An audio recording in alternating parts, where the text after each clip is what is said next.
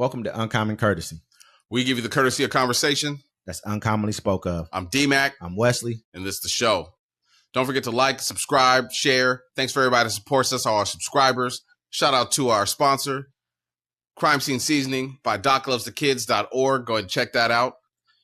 Also, we're in the runnings right now for Central Kitsap's Best Podcast Award. So go make sure you check out the link that should be below on the page right here, and also in the descriptions. Vote for Uncommon Courtesy 360 for Best Podcast. We really appreciate it. Yeah, make sure you just go out and vote, because that's something important. You should practice vote right now on that for us. Absolutely. So, man, it's been kind of hectic out there with for Joe Biden. I mean, it seems like everybody in his party, all the major networks right now, have really turned against him. Which is crazy, because it's like the other guy lied through the whole debate, but you on this one guy. But I mean, that's the issue with Democrats right now. There was a guy, Al Franken. Remember him? Mm-hmm. Yeah, Minnesota senator from Minnesota. Yeah, cool dude. But they found a picture of him hovering his hands over the sleeping lady's boobies. He's a comedian. Remember? And they're like, Democrats want this perfect Saturday candidate. Night Live. Al Franken was on Saturday Night Live. He was a comedian before any of this. Yeah, he was a comedian before, but you know, you need to step down. And so he stepped down. I mean, like, they want this perfect candidate, right? Mm-hmm. But it never happens. And Republicans don't care. They don't care. They had to do in Alabama that was known to touch little girls and chase after him, even when he was young, like a young adult. They didn't care. They're like, get him elected because they want power. Now, let me say this. Dear Democrats, you're at an important moment right now that you were already at last time. You've been here a couple of times. All right? Check this out. You didn't vote for Hillary Clinton because you felt some type of way. And what did they do? Donald Trump won. They took away women's rights. You lost how many Supreme Court seats? They're 6-3 right now. 6-3 vote all day in America. All day. And they're changing everything right now. Now you're at another position. You have Joe Biden may not be the top of his game anymore. But if you don't vote for him, you know what's coming. You know what's going to happen. You've been here before. And they're not going to play it out on the internet, because the 2025 project is going to get rid of all that. You're not going to be able to talk about it in public, because the 2025 project is going to get rid of all that. You know what I saw about the 2025 project? They said that every person that ever goes to like public school has to take the military exam. And the only kids that will be exempt from it are ones that went to private schools, because public schools are federally funded. It's kind of crazy. You know, his whole party's been kind of on his back about stepping down. You got plenty of House Democrats to come out against him. I think Senator Warren, I think he's from Virginia. I think he came out against him as well. Warren may be from Oregon. I can't remember for sure, but it's either Virginia or Oregon. But he came out against him as well too, asking him to step down, basically saying he's going to get together a bunch of other senators, like 5 other senators, and try to push for them to step down. My biggest thing is this right here. What we don't really understand is that, first of all, he was the only candidate we felt. We've already had a primary on him before. It was 4 years ago. He was much quicker, a lot more cognizant, of course. But at the same time, we've seen him in a field versus who else could have been president, and we didn't like them. So that's pretty much what they're going to give us again with 3 months left. And on top of that, only having 3 months left, this guy's already been vetted. We pretty much know what they think is in his background. You bring somebody new up, they got 3 months to basically smear this person. It takes about 2 years for a person to run for president. So you got 2 years for that person to debunk whatever those things are. They got time. If they can just push for a 90-day smear campaign, like, what you think that's going to work on enough of America where you're going to lose to that to this other person make it, anyway? Before you can even debunk anything, that's the whole point. Think about it. They started with Hillary Clinton early when Benghazi. They went crazy on that. Yeah. You know what I'm saying? Had hearings, all kind of stuff on it. And it's just like, it happened. Yeah, there's really nobody else. I mean, there's really nobody else who we can bring in right now. They tried to say that Harris is looking at 42 to 43 up. Trump's up 43. She would be at 42%. I don't believe that at all. I think I know somebody that could win. Who you think? Same person I always name, buddy. Tom Hanks. Man, let's think about it. Tom Hanks is not going to. Come on. Tom Hanks, or even The Rock, Dwayne Johnson could probably run right now and win. Everybody likes The Rock. It is a popularity Everyone contest. likes you until they got 90 days to spend, $500 million against you. How bad can you make Tom Hanks look in 90 days? Listen, on top of that, at the same time, not only do they have that time frame to do that in, you have to also look at it from the perspective of they've got that time frame. Plus, they can look at you and say, you guys knew this guy was a vegetable, if that's what they think he is. Oh, you guys knew this. How long? But he makes great policy. Can you trust this party? But he makes great policy. The point of it is, though, it's like they're looking at they're pointing out everyone who's a part of this campaign. Yeah. Everyone who's put their hand on Joe Biden, pushed him forward. They're gonna look at them and say they're tainted. So you just have a really bad. Or maybe they should, like I said, they should come out and say like this. What's the lady that died when she was a Supreme Court justice? Ginsburg or whatever. Yeah. Mm-hmm. Check it out. It's the same. We're dealing with the same thing right now. If Joe Biden passes away somehow, or he's too old after the election, then you have the vice president to come up and take his place. Correct? Absolutely. Now, you should just be banking on that. Let him look. There's too much at risk for this one. I don't want no 2025 project. And it's crazy how we're the only people really covering it. Yeah. Us and all the underground people. I don't want none of that. None of that. I think I'm seeing a lot of people online. Maybe it's just because of the algorithm or whatever. But as far as just private people really starting to come out and put it and paste it online and showing people that it's out there, that this is what's about to happen. But the biggest thing that we have to look at when it comes to before any of that is that the Supreme Court that he's put up there, he's applied 3 of the 9. There were already 3 Republicans on there before that. So he's applied 3 of the 9. They've already laid the groundwork for him to come in and do exactly what this 2025 project is proposing, getting rid of all these departments. They've already made it so these departments can't even follow through on what they're supposed to be there for. Yeah. The SEC can no longer impose penalties on stock market companies, Wall Street companies at all. They can't do it. And so this is kind of so they can do the Great Recession every 4 years if they feel like it, every 2 years. They have to take them. These are the regulations that Obama put in place after the stock market crashed, and we went into that recession after George Bush got out of office. You know what I'm saying? Like these are the regulations that were put there so they couldn't bet on your home or give you these outlandish home loans where the interest just raised so much where you couldn't afford the home anymore. Like there's a lot of stuff. I mean, they're milking us all dry, basically, and we're all just sitting there kind of taking it, hoping that this candidate will do it, will save us. But here's America. We have to save ourselves. Vote for who you want to vote for. Like, that's not on me. You know what my mom always said? I was like, Mom, who you vote for? And she said, none of your damn business. That's why voting is private. You go into a booth and do it. Mm-hmm. I mean, don't get me wrong. I definitely believe that. But I think if you want my personal opinion is if you're looking for your freedoms to not be taken away from you, if you're looking for America to pretty much stay on sort of the same path. I mean, yes, there's some variables, things that we need to fix. We talk about inflation. Of course, those things that needs to be fixed. Income inequality as far as like how much pay gaps in pay, as far as how much people are being paid, minimum wages, things of that nature. Yeah, that needs to be fixed. But we're pretty much on a pretty good course right now. We're ahead in all of this, and we're not getting our rights taken away from us.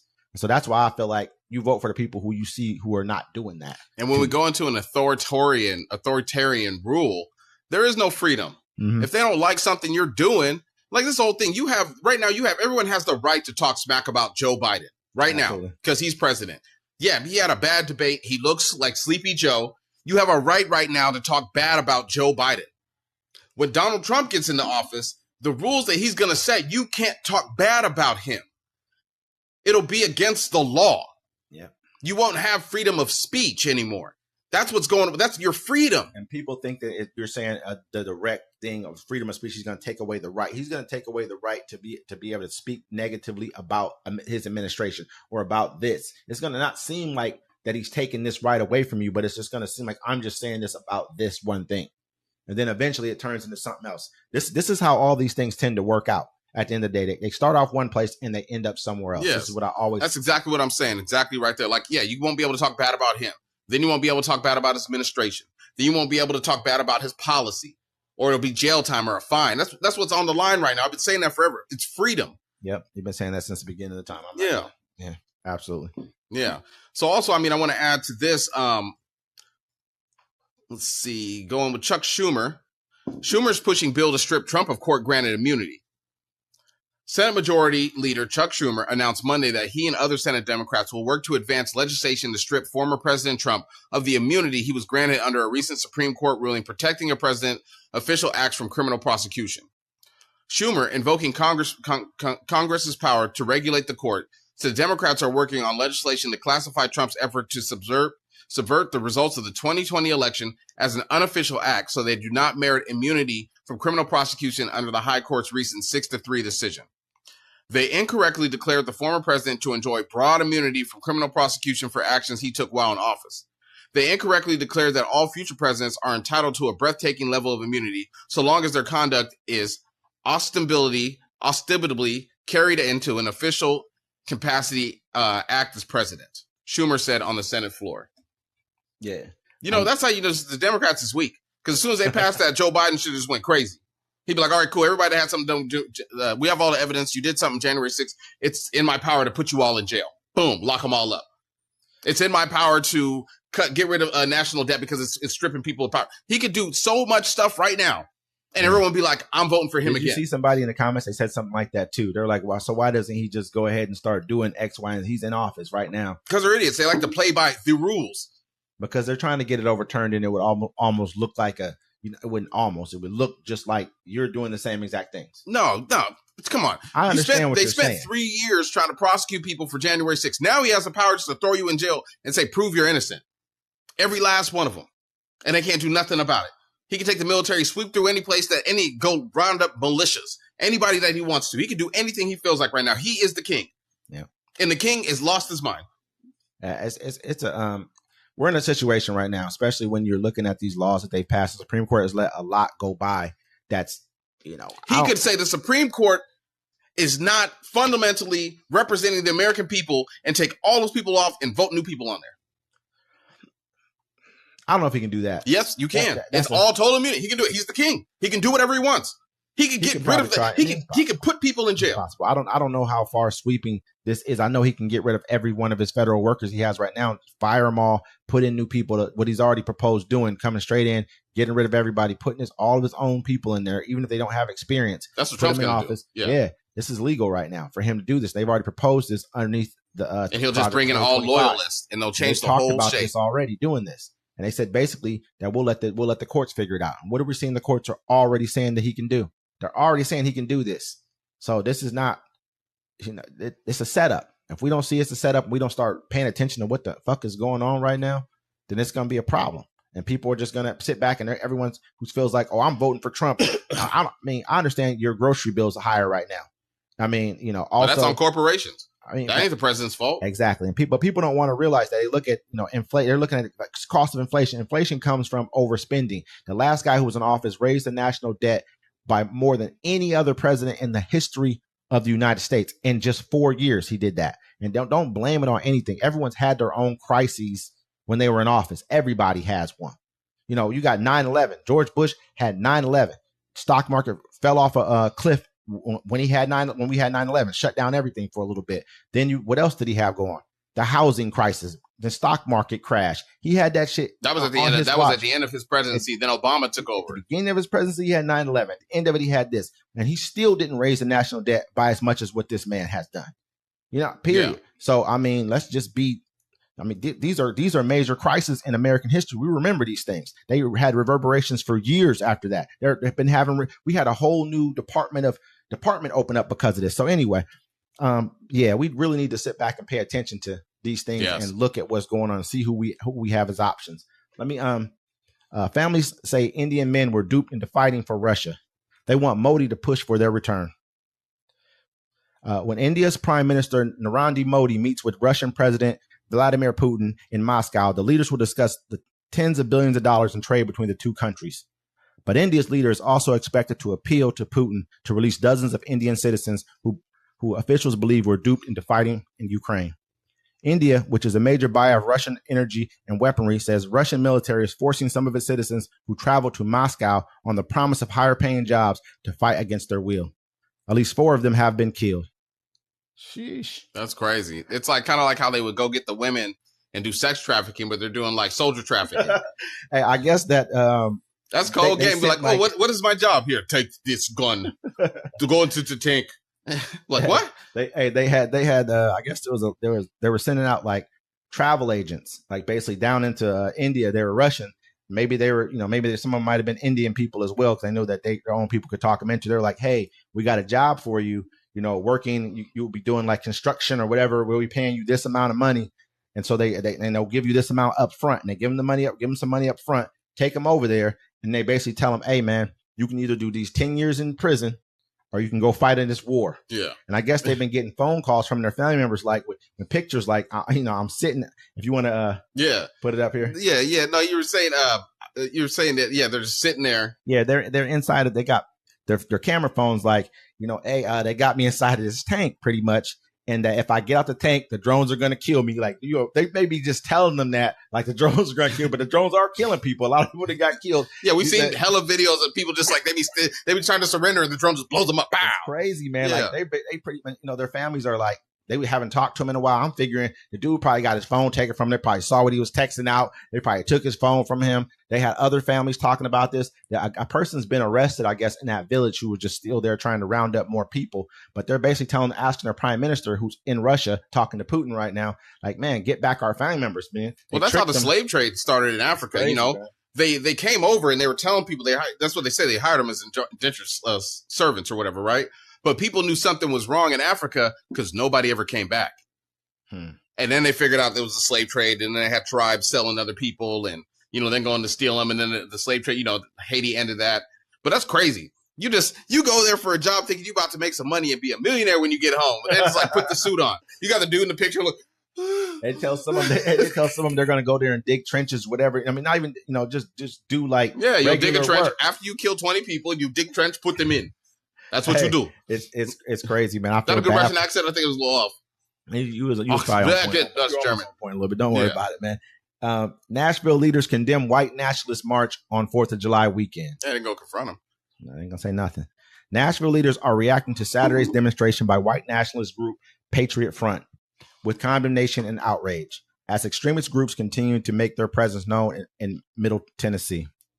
My first priority in this moment, as always, was the safety of Nashvillians, Nashville Mayor Freddie O'Connell said in a statement on X. I refuse to platform hate actors, so I have no interest in giving any group or member of the attention they seek.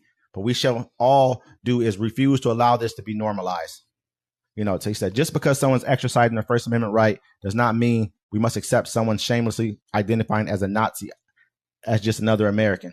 That's kind of crazy. Hold on. They got to get permits. You have to get a permit to do that. He knows. Everybody knows that. But most people don't. You have to. Every time you see these people marching, they have a permit. They went to the city and be like, "Can we do this?" And the city's like, "Sure, go ahead." But honestly, it's not against the law.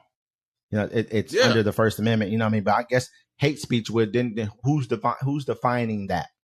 I mean, it's almost very hard to define what hate speech is, because is hate speech preaching pro-black? Is that hate speech? Not really, because pro-black has mostly been about uplifting. Like when you say white power, that means, people coming into that, you're already in power. So when you say more white power, that's your power over other people. It's always come with violence. You know what I'm saying? People be like black power and then throw a barbecue. People say white power and then burn their house down. Am I lying though?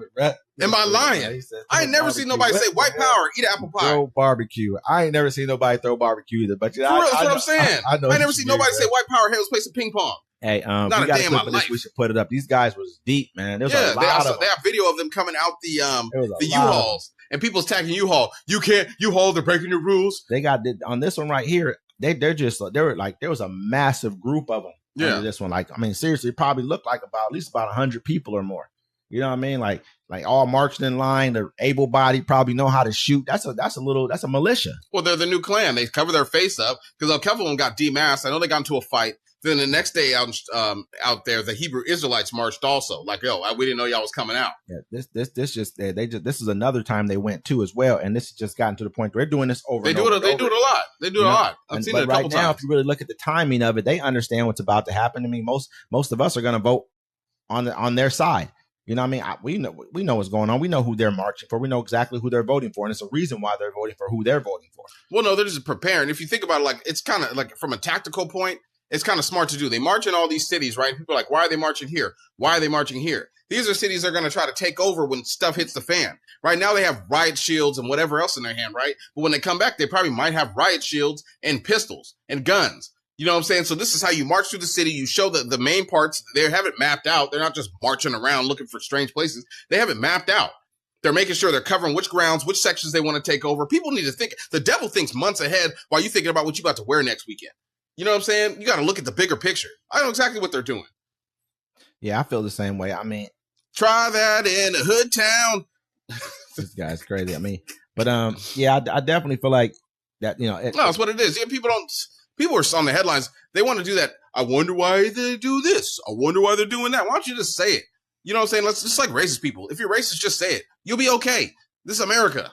Say, hey, I don't like black people. Okay, good for you, bro. You know what I'm saying? Stop trying to hide behind it because you want to keep your job. Your boss is the same way. Feels just like you. France's leftist coalition pulls off shock victory and upset for far-right and Macron-centrist government.